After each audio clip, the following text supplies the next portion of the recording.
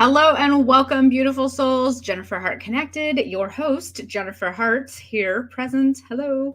And I'm so excited. Every time I get to do these interviews, I love to do them. I was talking to my friend last night, and as a kid, I always loved making videos. And we would do little product commercials and reviews and make silly and fun videos. And then also, when I was in high school, people may or may not know this, if you went to high school with me, I did the morning, it wasn't the morning show, it was the Buffalo News show. We started it at our school with video, and I was one of the hosts. And it wasn't every day. I forget how often we did our segments. I'll have to pull those tapes out because I'd love to see them.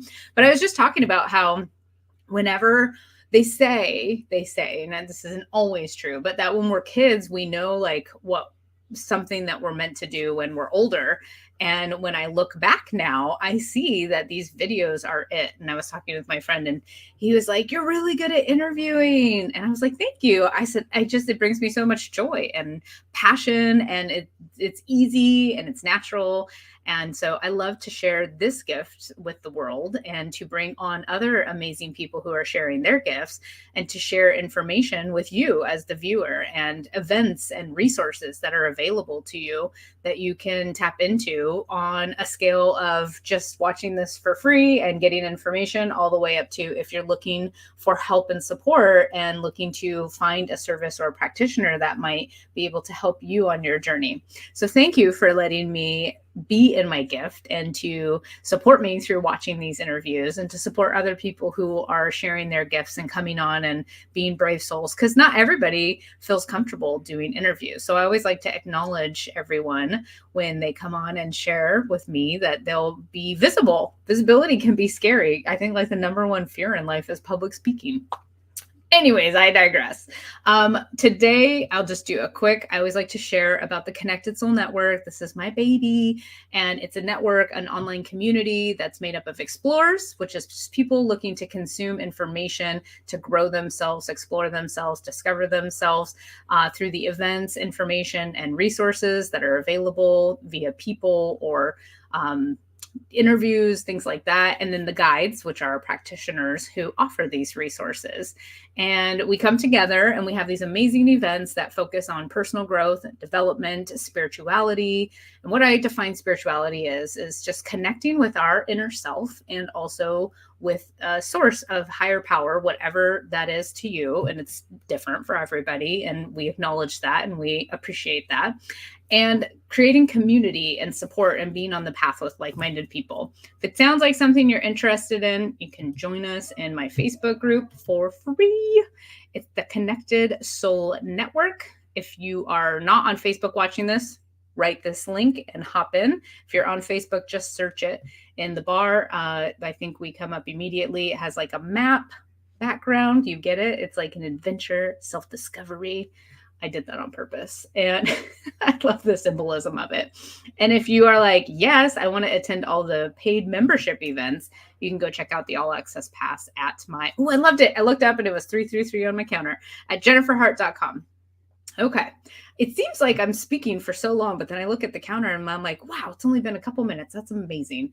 So let's get into it. Today is a very, very important topic, in my opinion, because I know personally so many people on my Facebook list, in my life, in my friends, in real life, and on Facebook that have grief, that are experiencing grief. Even me, maybe not in the sense of grieving a loss of a loved one, but you can grieve about so many things, right? And our guest today, she's been on before and we talked about that specifically, and I'm sure we'll touch on it today, but it's grief. Overall, we are going to talk about grief today, moving through grief, many amazing things. So please, if you know anyone that needs to see or hear this video, share it with them. That is something that's so simple. It's free information, and maybe there's something in there that they need to hear or could hear to help them on their journey. And we are going to talk about some supportive events and a retreat, which I think is just brilliant, that is focused on people that are experiencing grief and losses. Okay. I could not do this interview, so I need to bring my guest on, but I am very passionate about the topic and the subject. All right, so let me introduce you to Reverend Jenn Cormier. She specializes in helping people of all spiritual backgrounds and belief systems to transform grief and loss into joy.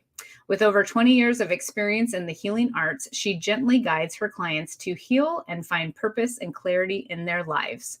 If you're feeling anxious, fearful, or weighed down by loss, Jenn wants you to know that there is hope. Through her support, you can find lightness and peace and learn to love fully again. She will help you to honor your grief and move through it so you can restore your trust in life and embrace the next chapter with joy. People often refer to Jenn as a ceremonial artist because she brings beauty into dark places.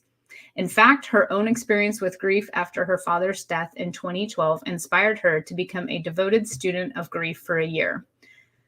Through that journey, she discovered that grief can be a wisdom bringer and a creative collaborator, helping her to remember her purpose here on earth.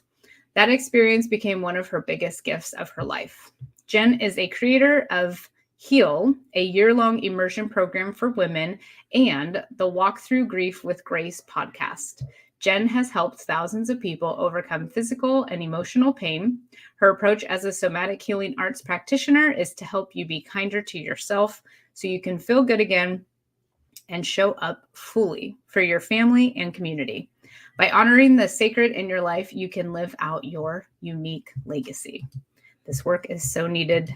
Jenn, thank you for coming and joining us today. Hi, thank you, Jennifer. I so appreciate that that introduction, and I'm really, really happy to be here. It's one of my favorite things to do too, these interviews, because there's always an insight that's unexpected when we sit down in a conversation like this. So, so thank you for having me. Yeah, I love it, and a fabulous name, by the way. Amazing. I just have to acknowledge that and say, yes, absolutely. I'm like, we can't go wrong today. If we had a third guest, they could never mess it up. So, anyways, all right, let's dive right in. So I want to talk about just grief in general. You help people with all types of grief, and do you primarily focused on, because your journey was the grief that you experienced after losing a very close person in your life? Is that kind of your primary focus? Yeah. So I have occasionally done some workshops specifically for women who've lost a parent, because parent loss can really just take us all the way down. My dad was diagnosed with a stage 4 cancer when he was 57, and he was running marathons at the time. And it was just like, what is going on? Like, mind blowing. And even though I had a lot of anticipatory grief because he was at stage 4 cancer and he lived for 3 years, not 3 months. They told him he had 3 months to live, the very first doctor he saw. We went on a healing journey together. And my dad, one thing that's so powerful when people are moving through any kind of transition, anticipatory grief, cancer, is a shift in perspective. And when my dad was diagnosed, I moved back to be with him because I was living in Oregon. My parents were in Connecticut. I was like, I packed up my life in 14 days. I said, I've got to go be with my dad. So when he got that diagnosis, he, like many others in our culture, right? We have this terminology, like, we're going to battle cancer. We're like racing for the cure. We're going to battle this thing. We're going to fight this thing. We're going to win this thing, right? It's a very aggressive way to approach an illness, which might have something to teach us. And when I moved back, I'm just sharing this little piece of background. When I moved back to be with him, he had this file this thick. He was a scientist, and he had done all this research on cancer. And, he said, I can't find anyone with PSA numbers as high as mine. It was prostate cancer. Every time I look at this, it's all just doom and gloom, Jenn, just doom and gloom. And I remember looking at him and saying, Dad, what if he changed that file folder to a healing file instead of a cancer file? And he sat back in his big black office chair. And he was like, I like that. And he just took the whole file and he dumped all the papers in the blue recycling bin. And he took his whiteout, that old school whiteout, and whited out the manila folder that said cancer file. And he wrote healing file. And from that moment on, his cancer journey became a healing journey. And that is something that I just want to highlight for anyone that's listening. There is something about making a decision. And this is a teaching apparently I need to learn today, because I've had a whole thing about making decisions lately. Oh my God, I can't decide this, decide that. It's like all these decisions I'm not making. And then there's the procrastination and the pressure and the buildup, right? But there's something about the clarity of saying, I'm going to decide to go on a healing journey with this terminal illness. So I'm not going to battle the cancer. I'm not going to battle the grief or just try and push it away or just get through it as fast as possible. Can I be with it? Can I walk with it? Can I move through it? And can I be curious and learn something? What is this? Why is this here for me? What does this have to teach me? And that's something my dad did. And it was so powerful because he lived for 3 years and not 3 months. And he really went on a healing journey with his cancer. And one of my mentors, Dr. Louis Momadrona, he told my dad at the time, because my dad was seeing him and different healers, and he did everything he possibly could: Western medicine, alternative medicine, healing, yoga. I mean, he did everything he could, but he really took that to heart, that I can't always cure. Like, we can't always be cured, but we can always heal. Right? So no matter whether our cancer gets cured, we can always heal. So we don't have to worry so much. Is this cancer going away? Am I going to be cured? All I can focus on is my own healing. And that's going to benefit me no matter when I die, because we're all dying, whether it's 3 months, 3 years, 30 years, we're all dying. So how can we heal in this time that we have with whatever is going on with us health-wise? So that message just came through. If anyone's listening to this with family members that have a terminal illness, or if you have a terminal illness, a diagnosis, and you've been really battling and struggling and fighting, I just offer you that invitation. What if I just softened a little and said, what would it be like if I decided to let this be a healing journey? And that's what I do with all the people that work with me. Often it's after a death or after a loss. Many folks that find me are people who've lost a parent. But I've worked with folks who've lost a partner or a child, or they've gone through divorce, they've lost a house. There's all kinds of grief, right? But we can decide to go on a healing journey with grief. So it's not something to rush through or past, but it's something that we can say, I'm going to learn from you. I'm going to let you be my teacher, and let's make this a healing journey. I love that. Holy mic drop. I was like, I did this, like, mind blown, but it's like mic drop when you were set. I got to go back and get the quote on that, because I was just so engaged. I couldn't even write it down on my notes here. But what I heard, and I always like to reflect back so that there's another perspective, reiterating, because people always hear things differently, and to make sure I also heard you correctly.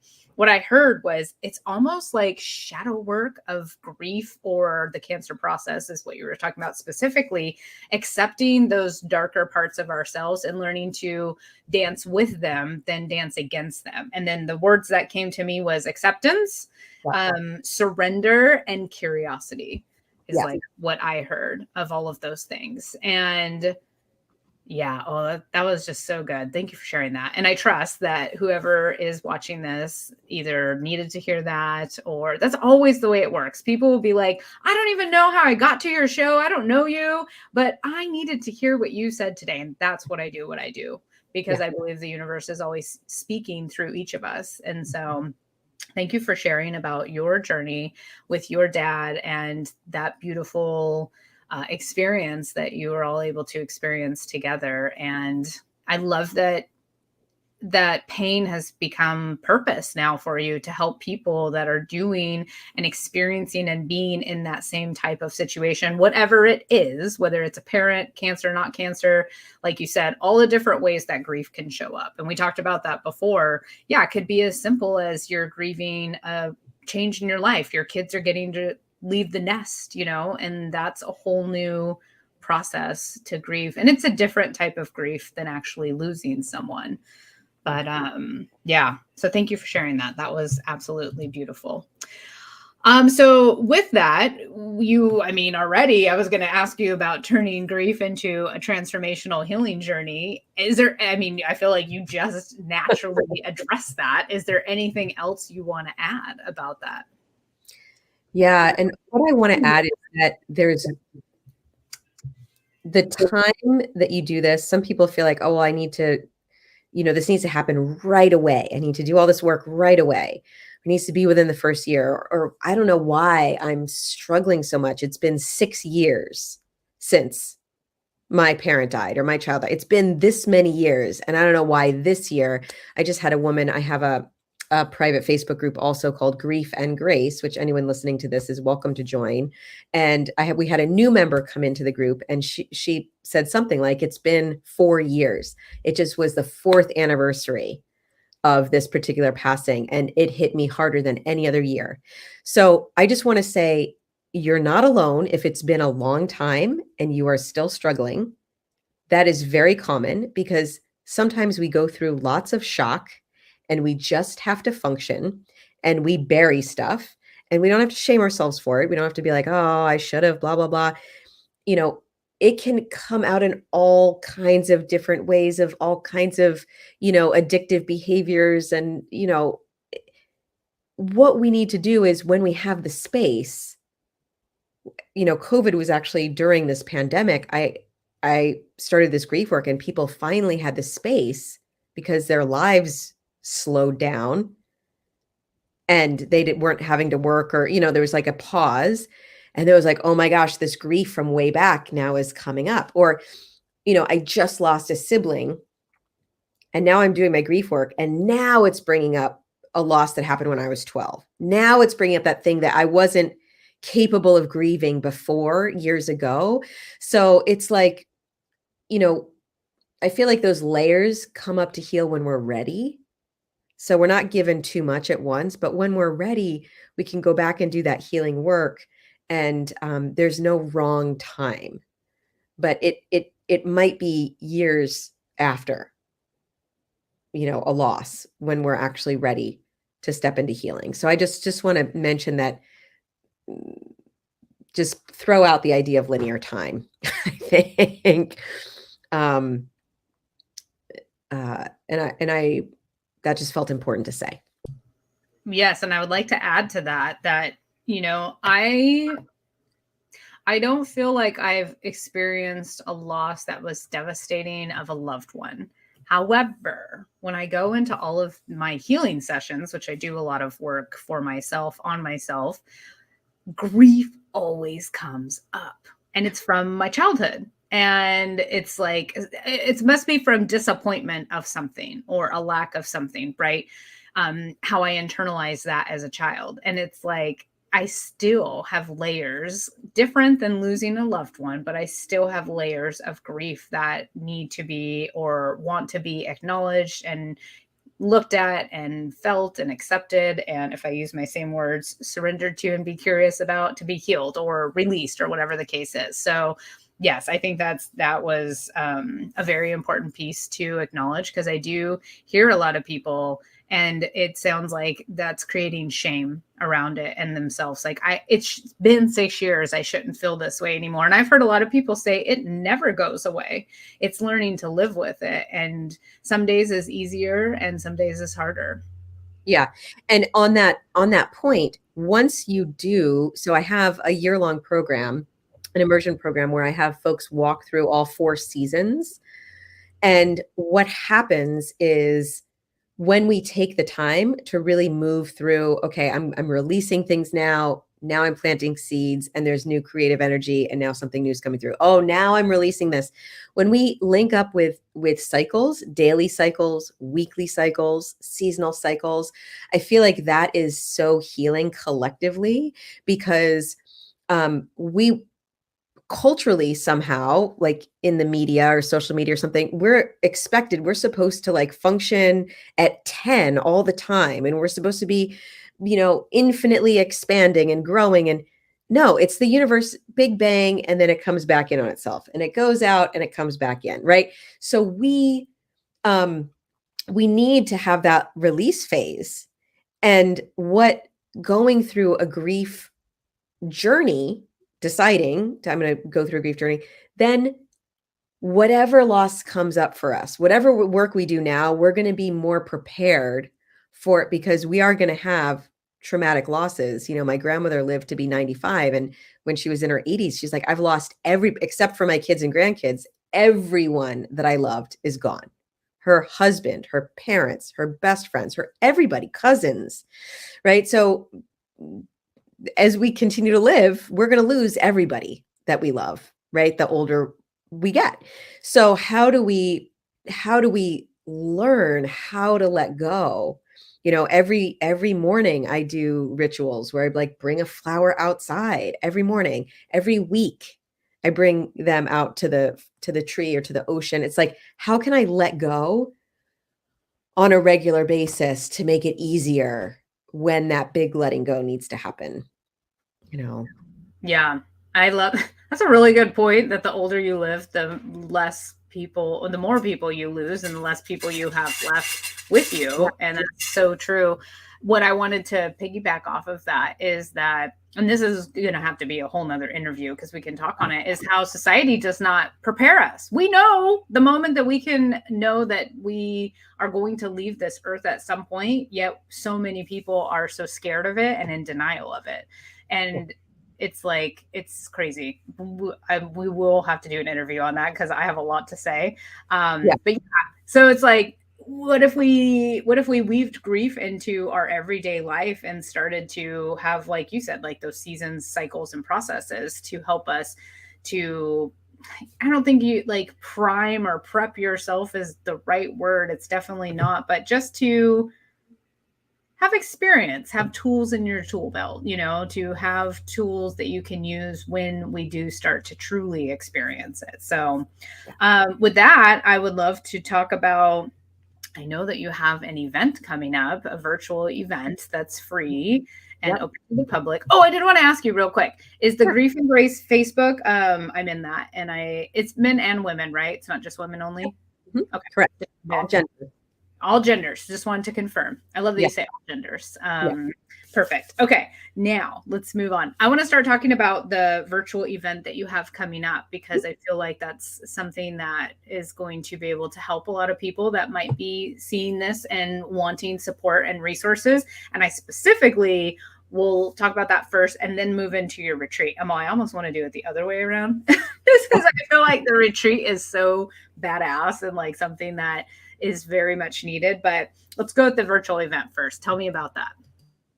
Yeah. So I like to offer at least a few times a year some seasonal events for folks who have gone through loss and really need support so they can find some peace. People are like, I just want to feel like myself again. I just want to have a little bit of peace. I want to be able to let go. I don't know how. So if you're struggling and you're wanting to find some lightness or some peace, also heaviness is a quality that happens, right? When we kind of get weighted down. So if you're looking for some peace and lightness, this event is for you. If you're looking to find ways to be more supported, a lot of people feel isolated and alone. So if that's you, this event is for you. And so that you can like just step back into life again and live and love again. Like, how do I step forward? How do I start moving forward and moving through life? Because we can get really stuck. So the event is called Healing After Loss, and we're going to move through some steps to walk through grief with grace, because there is pain that comes with loss.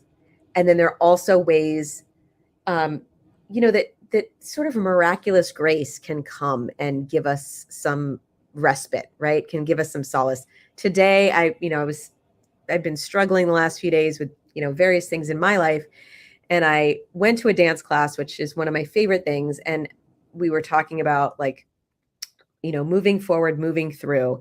And I walked outside and I was like, okay, I'm stepping into my life now. I'm moving forward. I'm moving through. As I was walking to my car, and I say that and I looked down and there was the tiniest little perfect dove feather, like the cutest, tiniest feather I've ever seen. So there's sort of those moments that feel like tiny miracles that can help us to keep going. And we can cultivate those moments through practices. So I like to teach my clients, how can I daily cultivate some of these practices? And I'm going to give you a taste of that in this healing after loss event, so that you can feel some hope that it's not always going to be like this. Because that's one thing that happens, if people come to me and it's like, I don't think I'm ever going to feel like the fog is going to lift. I don't feel like it's ever going to change. So, I want to let you know that you're not alone. I want you to join us the first week of October for this event. It's at noon Pacific, and come live if you can. And we're going to meet multiple days so that you can learn little bites and not get overwhelmed. And you can join us live on Zoom, or you can come in the Facebook group. Yeah. And this event, actually, I've been doing lots of free events. This event is a $47 event, but for everybody in this community, we're going to do a coupon code so you can come for free. So there'll be a coupon code, and we'd love to have you come, as our guest, as Jennifer Hart's guest and my guest. So we'd love to have you join us. I love when my community is a VIP. Thank you for that. I'm excited. So we will, if you are interested in this, it's a 5-part training, first week of October. Link will be in the captions along with the code so that you can attend for free. And still $47 is a steal of a deal. I think personally, to have those tools, resources, and it's building community too. So I remember we met last week, I think it was. And I told you that I know the work that you do is so important. And I wanted to talk about, because society really puts a lot of focus, and not even does a really good job of it, to be honest, but when you have loss, you need counseling after, or therapy. And what you're doing is a private coaching. I don't know if you call it coaching or support or whatever you call it, but it's can you just touch on helping people to understand why this type of work and seeking alternate sources and investing in themselves is important? Yeah. Well, we're the only person we've got when it comes down to it. We might have partners, we might have parents, we might have kids, but through our whole life, the only person that's really coming with us, we come into this world, our soul comes in alone. You're a soul guide, our soul leaves alone. We can't be sure what's happening, on the other side of those two doorways. So the best thing that we can possibly do is to really take care of ourselves, invest in ourselves, do the healing work for ourselves. Because when we do that, then we can help our children, our parents, if we're caregivers, we can be a better spouse, right? A better partner. We have to put ourselves first. And I think I'll speak just for myself. Growing up as a girl, turning into a woman, the message I received was, you have to give to everybody else first. You have to be, be on your best behavior. You have to be generous. You have to be, and of course, great. Generosity can be one of my main values. I value the sacred. I value cycles. I value people first. I value, all of these things, but I value generosity. But that doesn't mean martyrdom. And it means that to be generous, we have to be giving from a full cup. So we want to fill ourselves up first, want to take care of ourselves, and then we can take care of others. So that's why I highly recommend, if you're going through if you're suffering at all with a grief, that you come to this event in October and get support in any way that you can. Get the care for your body, get the care for your mental state, for your emotions, for your spiritual self. Just get care on all of those levels. Don't push it away, because you need that for you, and that's how you're going to serve others. Yeah.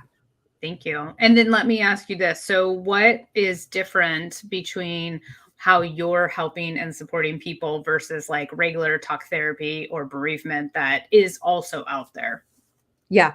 So I want to say, I've never said this before, but I think I specialize in people that have been to bereavement groups and they haven't worked for them, or they're in talk therapy for grief and doing maybe cognitive behavioral therapy, and it's not really satisfying. It's not working. So I've had clients come to me and say, listen, I was in therapy for this particular thing and it wasn't working. I left, and I'm going to do your program instead. Now, I highly recommend, and I also have lots of clients that also have a therapist. So, that's fantastic. Have all the layers of support you need. I'm not saying don't do therapy. However, there are some limitations with bereavement groups. Often, I went to a bereavement group for some time at the local library that met weekly. And I noticed there were some people that had been there for years and still were really suffering with their loss. And it was a lot of people sharing their suffering, sitting around a table for hours. And it got very heavy. So it's very important that we are seen, that we are heard, that we are understood. Sharing our story is a major part of the work that I do, and like seeing how story can evolve, right? And that's often not enough. I will just say that's not enough. So if you're not addressing your body, if you're not moving energy through your body, it's not going to be enough. If you're not addressing, if you're doing it all alone and you don't have any community, it's not enough. You need a community of people. We heal in relationship, and we heal through the body as well. So it's not enough to just walk around as a talking head and think you're gonna get through that. It's part of it. It's important, but you need to address your whole self. So that's really my background, where I come in. I've spent 20 years as a somatic healing artist, somatic practitioner, yoga therapeutics, Pilates therapy, many different styles of body work from around the world. So I'm coming at my grief work from a place of embodiment. So a lot of these other modalities, and there are a lot of modalities that I've been practicing healing, different types of parts work, for example. I've been practicing sacred, womb work and IFS therapy, that's internal family systems, and different types of parts work, family system constellations, a lot of this. And as a mover and a dancer and an artist and a creative being, when some of this work is very still in the body, it's very cerebral, and you have to stand there, you have to sit there. And for me, it's like, well, how does that part want to move? And how does that part connect to this other part? And, I think that you don't have to be a dancer or a mover, but you do need to include your body. I agree. And I do know from personal experience, I did a somatic breath work, and it was crazy, the stuff that was stuck in my body, in my hips specifically, and how it released by doing that breath work and getting my body into it and moving my body in weird ways. I wanted to be a dragon, and I was laughing, and just all these cool things. And they don't teach us that our body holds stuff. Our nervous system holds information. The cells in our DNA, they remember things, and emotions can get trapped. And so, yes, it's like you have to view it from all different aspects, the talking piece, the mental, the emotional, the physical, the energetic as well. And so I love that you bring it all together. So it's like a full package. And that's probably why people experience great results when they're working with you versus maybe years of talk therapy. So thank you for sharing that. And with that, let's talk about your retreat. That you have coming up. And I saw that you messaged me and you're like, hey, I got a retreat. And I was like, oh, this is amazing. Because I see so many people that are struggling with grief. And so can you tell me what this retreat is about and who it's for? Absolutely. So the retreat, I shared a little bit about my dad. His name is Gil. And when the last year of his life, a little over 6 months before he died in 2012, he wanted to go on a healing pilgrimage. And the place that he was called to go were the pyramids outside of Mexico City in Teotihuacan. And he felt a real call to this place. And I got to go as his wing woman, his daughter. I was supporting him in this healing journey. And that was 11 years ago. And I went back for my own healing journey last November. And now I'm leading a group to Teotihuacan for a 7-day inclusive healing retreat. We're going in November. It's November 12th to the 18th. The anniversary of my dad's death is right in the middle of the week on the 15th. So we'll be honoring, we'll have space on this retreat. It's really about reclaiming joy. So to reclaim our joy, we have to honor what we've lost. So there'll be space to do some honoring. We have to release and let go. We're going to, we'll be going to a traditional temazcal with a local medicine person. We'll be visiting the pyramids. We'll be going underground in the caves to do ceremony. We'll be going to Mexico City to the Tepeyac Hill, where the Divine Mother came down and who is now known in the Catholic tradition as Guadalupe, but is known as Tonantzin to the native people of the land. So it's a very powerful place. I went on, and millions of people pilgrimage there every year. It's the third most visited pilgrimage spot for both Catholics and non-Catholics. So I actually, in this place, if for any of you who might have a sort of knotted history with sort of religion or the church in any way, I did a lot of healing. I've got lots of priests and nuns in my lineage. And I've had, my own unraveling and understanding of sort of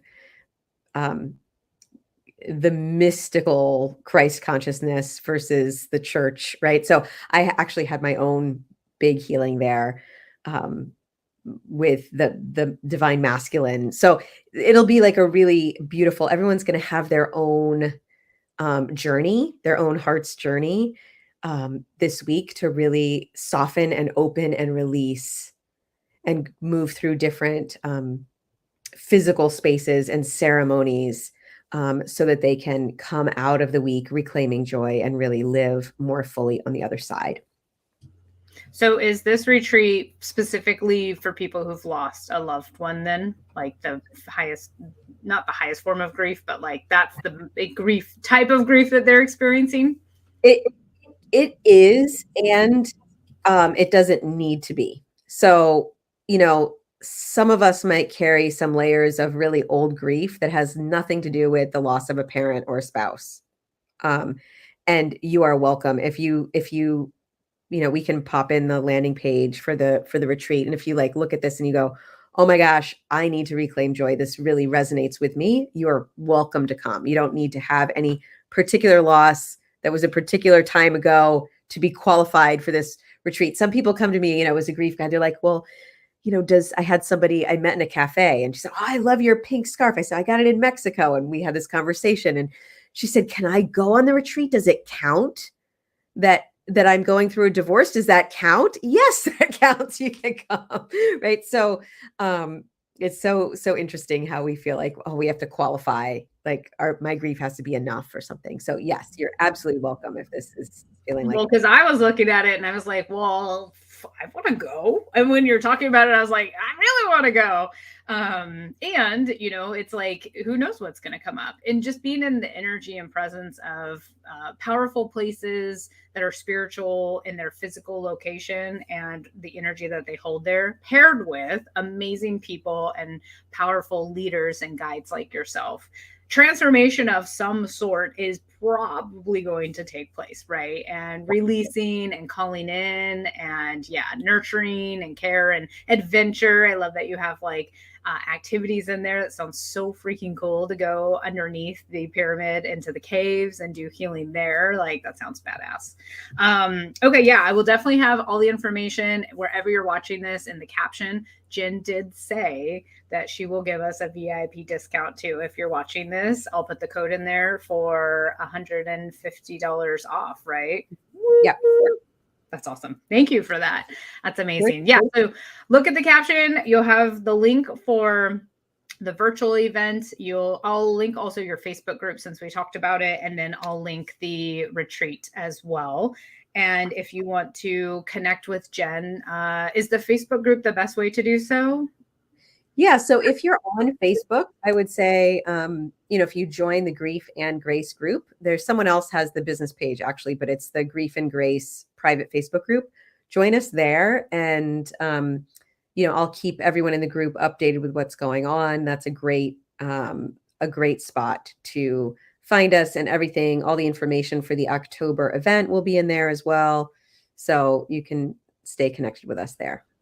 Amazing. Is there anything you want to add before we wrap up? Gosh, is there anything I want to add before we wrap up?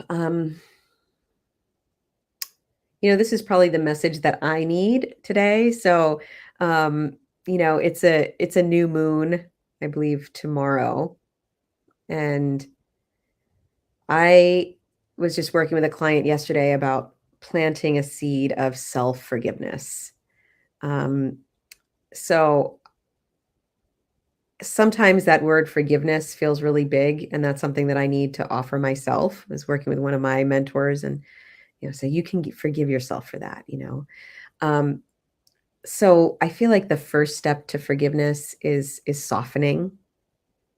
There's like a softening that needs to happen before we allow ourselves to forgive ourselves or someone else. So what's coming through right now is really just an invitation to soften. Is there a place in me that I can soften physically? Maybe there's like a tight place that I can breathe into, right? That I can stretch, that I can soften, or maybe a tight spot in my brain or how I'm thinking about something in the world. Can I soften a little bit around that? So those are amazing words of wisdom for our departure today. Thank you so much. And I love that you called it planting a seed of self-forgiveness. I was like, that should be the title of this interview. But then I was like, well, wait, no, it's going to be a bullet point. This is how my brain's thinking through interviews. Like, that's a bullet point. Okay. Thank you for sharing that. That was absolutely beautiful. And thank you so much for your time today. Thank you for putting together all of the programs and the support that you have and are offering people. I am an advocate for healing and looking at ourselves, which is why I created what I created, and I'm doing what I'm doing, because like you said specifically, we are the only person that we have. Always. We're always going to be here with ourselves. We cannot get rid of ourselves. No one else is guaranteed for the longevity of our own life. And so investing in ourselves and also taking care of ourselves, nurturing ourselves, and looking at those things is like the biggest gift we can give to the world, not only ourselves, but to the world, because I see in my own personal journey, and I can only speak for myself, that as I improve and heal and learn and grow, that I become a better version of myself, which then ripples out to everyone that I get in touch with, whether it's a customer service person or a family member or, a husband, a wife, whatever it is. And so doing this work for ourselves, which grief is just going to be a part of life. We have to accept that. And it's there's nothing we can do about it. So we just have to learn to dance with it and walk hand in hand with it. So yeah, thank you for all of that. Absolutely. It's been really a pleasure chatting with you, Jennifer. Thank you. So fun. All right, everyone. Thank you for tuning in. If you know someone that might be interested in any of these events, if it's not you, please share it. That is part of the world, and the gift of the world is sharing our knowledge and our information with each other. And if someone comes to mind, send it their way. And we thank you for being a part of the grander mission. Have an amazing